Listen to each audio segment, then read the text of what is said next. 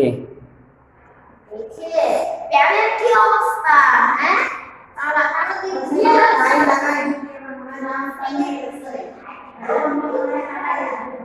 কিসের জন্য?